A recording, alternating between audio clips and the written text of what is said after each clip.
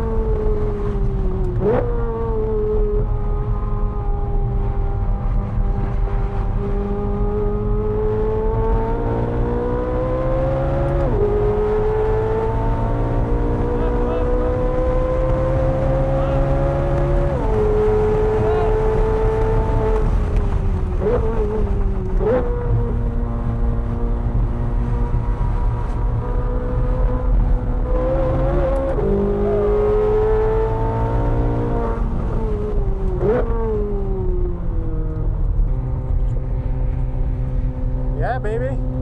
16.8. And I think I also ran a 17.4.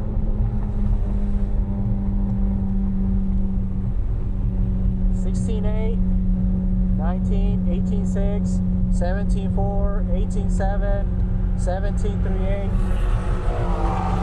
Nice. Wow. Optimal 2:15.9. There we go. Yeah, baby. All right, boys. I'm going to call that a success. The car felt amazing, okay? Everything worked as you would expect. The car didn't do anything weird. Traction control didn't do anything weird. Brakes didn't do anything weird. I even did, like, the first couple of sessions, I stayed in sport. So I can confirm for my guys that like to stay, you know, with a lot of traction control, that if you go with the Toyo 295, 345, 19-inch setup, all the electronics work as expected. The tires actually felt really good, okay? They didn't feel, the steering wasn't as sharp as they are with the stock tires. I mean, the stock tires are run flat, so they're super, super, super stiff. It's not quite as sharp, and the car does feel a little bit softer, okay, on the Toyos, on the 19-inch Toyos. You get a little bit more sidewall, not a ton, but you do get a little bit more sidewall, and it's definitely not as stiff as a run flat, but it's not bad. I'm gonna say that it's better than, let's say, a Nankang CRS, okay? Not as stiff as the run flats, but not as soft as a Nankang CRS. So I was afraid that going with the 295 in the front and keeping the 345 in the rear was gonna make the car too unbalanced, that it was gonna put too much front bite, but it really wasn't the case. The car felt really, really balanced, and I could make it oversteer if I wanted to, or if I stayed out the whole session, then, you know, you can get it a little bit loose. Because I would say that on the Toyos, the peak grip comes in like from lap 1 to 3, and then after that is a very slow and gradual drop off. Not a severe and fast drop off or anything like that. You can definitely stay out for the whole half an hour. And as a matter of fact, when I ran the 216, that was the first hot lap of that session. But the 13th lap of that session, I ran a low 217. So they definitely do work, okay? So it's a very, very slow, gradual drop off. You know, when you compare it to, like, you know, AO52s or RE71 RSs, those tires, you know, you'll do 1, maybe 2 laps, and then that's it. They're toast. They just, you know, they nosedive really, really fast. The 218 and the 217 laps, those were actually the last 2 laps of that session. So that was the 12th and 13th lap. So the tires can definitely put up with some heat, and they can still perform. So that's what I mean. It's a very gradual, very slow drop off, nothing severe. I also really enjoyed having the round steering wheel. You know, it didn't make any performance difference, obviously, you know what I mean? But yeah, it just, you know, feels so much better, and it looks so much better in my opinion. Now, maybe placebo effect, but the car did feel more stable to me through the high speed stuff. So call it turn 1, Bishops, you know, going through 17, you know, those kind of higher speed turns.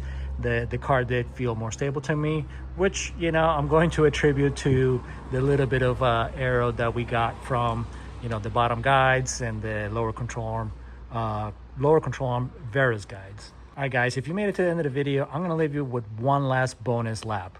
This was actually my best lap of the day. It was earlier in the day. There were better conditions. It was towards the end of the session. So the car was lighter because I didn't have a full tank of gas.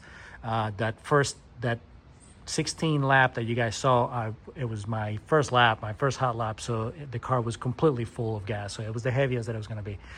Anyways, you'll see somebody got in the way and blah, blah, blah, blah, blah, blah, blah.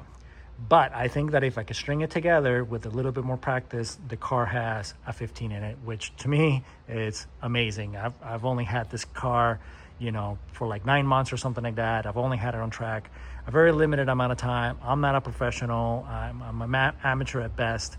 And, you know, for me to be able to get into the mid-teens this quickly, it's just simply incredible. It's a testament as to, you know, the machine. This thing is a freaking rocket ship. All right, guys, well, enjoy the last lap, and I'll catch you in the next one. Peace out.